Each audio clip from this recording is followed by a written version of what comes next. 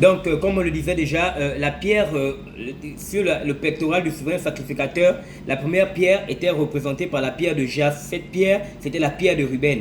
Et la particularité de cette pierre, c'est qu'on se servait de cette pierre pour faire, comment on appelle ça? Pour fabriquer, on l'écrasait. C'était une pierre très dure. Et on prenait cette pierre, on l'écrasait pour faire une espèce de pâte qui était comme du sang. Et cette pâte servait aux empereurs ou aux rois comme sauce. C'est-à-dire que c'est au travers de cette pierre que l'on ressortait la substance qui permettait de mettre les sceaux. Et dans le livre d'Apocalypse, vous allez voir, lorsqu'on parle des sceaux qui ont été scellés, justement, c'est cette substance-là qui a permis de sceller les sceaux. Et donc, Ruben est la caractéristique, prophétiquement, Ruben nous parle des hommes qui dans leur carrure, qui dans leur façon d'être peuvent être des sceaux. C'est-à-dire que peuvent mettre des sceaux sur des choses par la position qu'ils ont, par l'autorité qu'ils ont, par le rang que Dieu leur permet de avoir. Et donc Ruben était représenté par la pierre de Jas. Cette pierre de Jas était la pierre qui donnait la substance qui permettait aux rois de prendre des décrets et de sceller leurs décrets au travers les sceaux. Voilà, et donc c'est en ce qui concerne Ruben. Et donc nous voyons ici en Ruben un élément très très important, un élément sur lequel on peut compter, un élément à qui on peut faire confiance. Mais malheureusement, en étudiant les Écritures, là nous apercevons que le caractère ou le comportement de Ruben n'a pas toujours été étroitement lié à la signification de son nom, étroitement lié au rôle qu'il devait jouer et à la réconciliation qu'il était censé apporter dans l'amour que son père devait avoir vis-à-vis de sa mère. Et donc nous allons lire dans le livre de Genèse 32, Genèse chapitre 32, le livre de Genèse chapitre 37, à partir du verset 4, la Bible déclare: et les frères, voyant que leur père l'aimait plus que tous, le haïssaient et ne pouvaient lui parler avec douceur. Or Jacob demeura dans le pays de Canaan, pays où avait séjourné son père comme étranger. Voici la postérité de Jacob. Jacob, âgé de 17 ans, faisait paître le troupeau avec ses frères, et il était jeune garçon auprès des fils de Bilma et des filles de Zilpa, femme de son père. Et Joseph rapportait à leur père leurs mauvais propos. Or Israël aimait Joseph plus que tous ses autres fils, parce qu'il était le fils de sa vieillesse, et il lui fit une tunique de plusieurs couleurs. Et ses frères, voyant que leur père l'aimait plus que tous, le haïssaient et ne pouvaient lui parler avec douceur. Et là, nous avons un comportement, nous avons au travers le passage Genèse 37 du verset 1 au verset 4, une histoire va ressortir. Joseph était le dernier fils de Jacob. Et donc, il était le cadet. Et Jacob avait eu d'autres fils avant, notamment Ruben, Siméon et les autres. Et ils étaient des fils aînés. Ils étaient censés être des modèles, ils étaient censés être des exemples, ils étaient censés aimer leurs frères, accompagner leurs frères. Mais ce passage nous révèle que le fait que Joseph était aimé par son père a suscité de la haine dans le cœur de ses frères, a suscité de la jalousie dans le cœur de ses frères, de telle sorte qu'ils ne pouvaient pas le parler sans agressivité. Voyant que leur frère l'aimait plus, et ses frères, voyant que leur père l'aimait plus que eux tous, le haïssaient et ne pouvaient lui parler avec douceur. Ici, nous ressentons un premier caractère, un premier comportement que nous pouvons retrouver chez les fils aînés vis-à-vis de leurs frères cadets. C'est la manière de parler. Dans leur manière de parler vis-à-vis de leurs frères cadets, ils sont durs dans les paroles. Ils sont agressifs dans les paroles. Ils sont méchants dans les paroles. Pourquoi cette méchanceté? Qu'a fait Joseph? Joseph n'a pas demandé à son père de l'aimer plus que les autres, mais le Seigneur en a voulu, le Seigneur en a voulu qu'il en soit ainsi. Cela ne signifie pas que Jacob n'aimait pas ses fils, il aimait tous ses fils, mais il avait une particularité pour Joseph. Il avait un regard porté particulièrement sur Joseph parce que Joseph était le fils de la femme qu'il avait aimée, c'est-à-dire Rachel. Et cela a suscité de la jalousie, cela a suscité de la haine, cela a suscité de la colère, et un premier comportement a commencé à se manifester chez les fils aînés, notamment Ruben. Il ne pouvait parler à Joseph sans agressivité. Et cela se voit très bien dans l'église.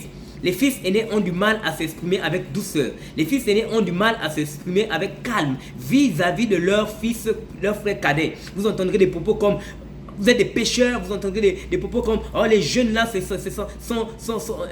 le zèle amer ». Vous entendez les propos comme « Tu n'as que 2 ans dans la foi, tu n'es pas capable de ceci, tu n'es pas capable de ça ». Tellement de propos qui viennent décourager, des propos qui viennent éteindre, qui viennent étouffer toute bonne motivation, qui vont même jusqu'à mener à faire perdre la tête à ceux qui avaient des bonnes motivations. Pourquoi? Parce qu'ils considèrent ces aînés comme étant des modèles, comme étant des exemples. Et donc leur parole a une certaine autorité, comme nous l'avons vu, c'était des sceaux. Leur parole a un certain mandat, a une certaine influence. Et ils se servent de cette influence, ils se servent de cette position pour dominer, pour écraser, pour manifester de la méchanceté vis-à-vis des fils cadets. Et il déclare toujours que les petits, que les jeunes sont orgueilleux, qu'ils ont besoin de grandir. Toujours et toujours, quoique le Seigneur travaille avec eux, le but étant de les rabaisser, les mépriser et détruire le zèle pour Dieu, dans une apparence de veiller sur eux. Et même les frères de Joseph se sont mis en colère lorsque Joseph leur a raconté son songe, parce qu'ils voyaient bien qu'il était appelé à devenir plus grand qu'eux. Et c'est là le souci aujourd'hui.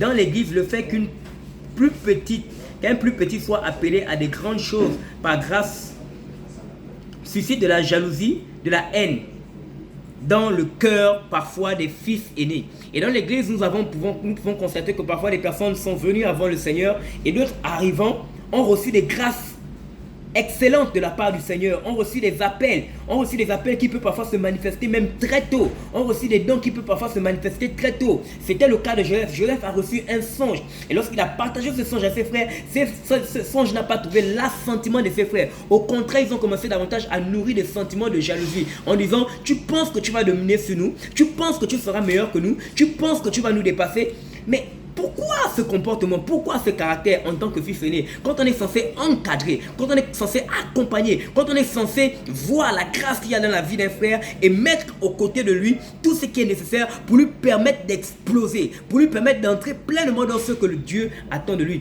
Mais malheureusement, beaucoup de destinées ont été tuées par les fils aînés. Beaucoup d'appels ont été tués par les fils aînés. Et c'est ce que nous voyons à cause de cette jalousie, à cause de cette haine qui était née dans le cœur, à cause de la grâce, à cause de la faveur, à cause de ce que Dieu pouvait accorder à quelqu'un qui venait à peine d'arriver, comme Joseph venait de naître, pendant que ses frères étaient nés bien avant lui. Nous voyons dans le livre de Genèse comment par la suite le père de Jacob va envoyer son fils Joseph aller trouver ses frères. Et frères et sœurs, nous allons lire cela. C'est incroyable. C'est incroyable. La Bible nous dit, à partir du verset, Genèse chapitre 37, à partir du verset 18. À partir du verset 17, et l'homme dit: ils sont partis ici, et j'ai entendu qu'il disait: allons à Dathan. Joseph alla après ses frères et les trouva à Dathan. Ils le virent de loin, et avant qu'il soit près d'eux, ils complotèrent contre lui pour le tuer. Frères et sœurs, des frères aînés, des fils aînés qui sont censés encadrer, accompagner, voient leurs jeunes frères arriver, ils se sont assis et ils ont comploté pour le tuer. À cause de quoi? À cause des songes qu'il avait, à cause de la tunique que son père avait donnée, à cause de la place que son père lui avait accordée avait accordé à Joseph dans son cœur. Et les fils aînés qui étaient censés encourager l'enfant, aider l'enfant à grandir, prendre soin de l'enfant, l'aider à échapper des pièges ici et là, quelle était leur pensée? Comploter contre leur frère pour le tuer. Il se dit l'un à l'autre: voici ce maître songeur qui arrive. Maintenant donc venons, tuons-le et jetons-le dans l'une des citernes, et nous dirons qu'une bête féroce l'a dévoré, et nous verrons ce que deviendront ces songes. Frères et sœurs, donc quelle était la cause de leur haine? Les songes. Quelle était la cause de leur méchanceté? Les songes. Et la cause de beaucoup de méchanceté manifestée par les fils aînés, c'est simplement de la jalousie. La jalousie par rapport à ce que d'autres ont reçu de la part de Dieu. La Bible déclare que tout don parfait, toute grâce excellente vient du Père de lumière, dans lequel il n'y a aucune nombre de variation. Nous n'avons rien demandé. C'est Dieu qui fait grâce. Et nous devons encourager la grâce dans la vie des uns et des autres, afin que tous nous soyons glorifiés dans le Seigneur Jésus-Christ. Mais malheureusement, nous voyons ici le comportement des fils aînés qui est complètement à dénoncer, et comportement sur lesquels nous devons veiller en tant que fils aînés. afin que nous ne puissions pas nous retrouver à manifester ce genre de comportement, ce genre de caractère. Et en tant que fils cadet, nous devons véritablement être prudents dans nos rapports vis-à-vis de ceux qui ont déjà de la haine, de la jalousie, qui ont déjà des ressentiments, qui peuvent déjà avoir une certaine antipathie vis-à-vis de nous. Et à partir du verset 21, lisons quelque chose. Verset 21, chapitre 37. Mais Ruben entendit cela et le délivra de leur main en disant, ne lui ôtons point la vie. Ruben leur dit encore, ne répandez point le sang, jetez-le dans cette citerne qui est au désert, mais ne mettez point la main sur lui. C'était pour le délivrer de leur main et le renvoyer à son père. Et là, frères et sœurs, nous allons entrer en profondeur pour étudier le personnage de Ruben dans ce genre de situation. Ruben était le fils aîné, tenez-vous bien, il était le fils aîné. Et comme nous l'avons vu, sa pierre était la pierre qui symbolisait les sceaux que les rois devaient imposer. Et par sa position et par l'autorité qu'il avait, il était capable de changer la situation. Et nous le voyons bien ici, là, malgré que ses frères avaient comploté, malgré que ses frères avaient des visions, des ambitions dans le but de détruire complètement leur frère, lui, il s'est imposé en tant que fils aîné. Mais quelle est la solution qu'il a apportée? La solution qu'il a apportée, c'était simplement de jeter Joseph dans un trou. De jeter Joseph dans un trou.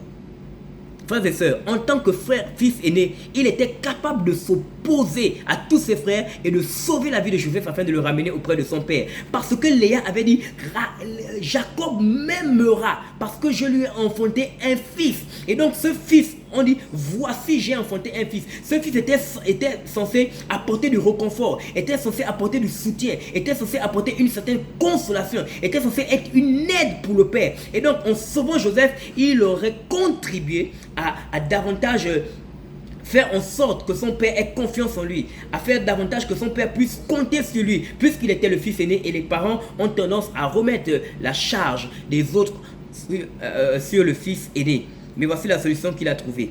Il n'a pas usé de son autorité, il n'a pas usé de sa position pour pouvoir mettre un terme à cette méchanceté. Et dans l'église, nous rencontrons beaucoup d'hommes et de femmes qui ont une certaine position, qui ont une certaine autorité, qui observent la méchanceté se manifester, qui observent des comportements qui sont en dehors de la parole de Dieu. Mais au nom de je ne sais quoi, il décide simplement d'accompagner, mais pas avec la même férocité, d'accompagner, mais non pas avec la même méchanceté, les actions de ceux qui peuvent être plus méchants qu'eux. Et nous voyons que Ruben avait des bonnes motivations, soi-disant, mais cela ne demeure pas moins que la solution qu'il a donnée ne lui a rien valu. Et c'est des personnes qui, dans les églises, à cause de leur position, ne sont ni à gauche ni à droite. Quoique étant conscient de la situation, il était conscient que l'acte qui devait être posé était mauvais. Conscient que l'acte qui devait être posé était méchant. Mais au lieu de prendre position par rapport à cet acte et le condamner férocement, qu'est-ce qu'il va faire? Il va manifester ce qu'on appelle la sagesse humaine. Simplement parce qu'il ne voulait pas non plus être rejeté par ses frères, par ses autres petits frères. Il voulait demeurer dans ce cercle. Et finalement, ils ont fini par former un cercle des méchants. Et la Bible nous dit que ne répandez point le sang, jetez-le dans cette citerne qui est au désert, mais ne mettez point la main sur lui. C'était pour le délivrer de leur main et le renvoyer à son père. Lorsque Joseph fut arrivé auprès de ses frères, il le dépouilla de sa tunique, de cette tunique de plusieurs couleurs qui était sur lui. Ils le prirent et le jetèrent dans la citerne. Cette citerne était vide, il n'y avait point d'eau. Ensuite, ils s'assirent pour manger du pain et levant les yeux, ils regardèrent et voici une caverne d'Ismaël qui passait et qui venait de Caleb et les chameaux étaient chargés d'aromates. Donc après avoir dépouillé Joseph de sa tunique, après avoir jeté Joseph dans un puits, ils se sont assis et figurez-vous, ils ont mangé du pain. Et oui, c'est l'image des frères dans les églises qui ont tendance à dépouiller la dignité des gens, qui ont tendance à salir la dignité des gens et qui vont jusqu'à parfois même prendre des sanctions sur les vies des gens qui ne reposent sur aucun fondement, sur aucune véritable accusation, sur aucune forme d'argument convenable. Et les Ruben qui peuvent prendre position et dire ce n'est pas comme ça, ce n'est pas comme ça, ce n'est pas comme ça, s'associent à ces personnes en ayant des jugements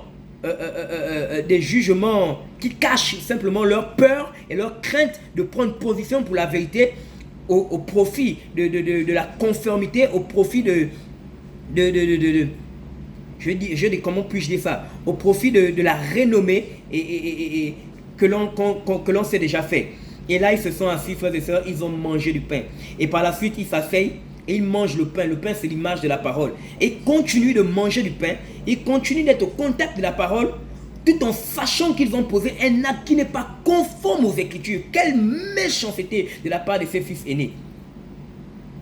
Quand on sait qu'on a pris une décision qui ne relève et qui ne repose nullement sur la véritable justice, mais nous continuons à manger du pain, nous continuons à partager la parole, à encourager au moyen de la parole, frères et sœurs, c'est dommage. Et par la suite, Joseph va être vendu en Égypte, c'est l'image du monde. Et beaucoup de jeunes gens, qui parce qu'ils ont eu à confronter à certains fils aînés dont le caractère était mauvais, ont fini leur course dans le monde. Une était la main de Dieu qui était sur Joseph pour le garder en Égypte, qui est le symbole du monde, parce que le monde c'est l'Égypte. Nous quittons de l'Égypte. Spirituellement, nous avons quitté l'Égypte pour venir, pour entrer à Canaan. Quand nous parlons de la nouvelle naissance au moyen des images que nous pouvons retrouver en ce qui concerne le peuple d'Israël. Et Joseph a fini dans le monde. Mais la main de Dieu a été sur lui. Et je prie au nom de Jésus que tous les Joseph qui ont été vendus soient au nom de Jésus gardés. Que tous les Joseph qui ont été découragés, qui ont été blessés par les fils aînés, qui ont été cassés, qui ont été complètement livrés au monde, désorientés. Je déclare au nom de Yeshua que la main de Dieu est sur vous afin de vous délivrer de la puissance de l'Égypte, de vous délivrer de l'influence de l'Égypte au nom de Jésus-Christ de Nazareth. Nous bénissons notre Seigneur Jésus-Christ de Nazareth, car de même que Joseph a été retrouvé vivant, nos frères seront retrouvés vivants. Ces frères qui ont abandonné la foi à cause de mauvais comportements, à cause de mauvais caractères, à cause de paroles méchantes, je déclare au nom de Jésus que l'influence de ces paroles cesse et que le pouvoir diabolique et satanique qui les avait tenus captifs dans le monde les lâche au nom de Jésus. De même que les fils de Joseph ont déclaré par la suite que Joseph était vivant, je déclare au nom de Jésus que les Joseph qui sont allés dans le monde sont vivants, que les Joseph qui sont allés dans le monde sont vivants et nous reviennent au Seigneur au nom puissant de Jésus-Christ de Nazareth. Et donc c'est le comportement de Ruben, et nous allons encore revenir sur Ruben parce qu'il y a encore beaucoup de choses à dire sur le comportement de Ruben. Que le Seigneur Jésus soit puissamment glorifié au nom de Jésus. Amen.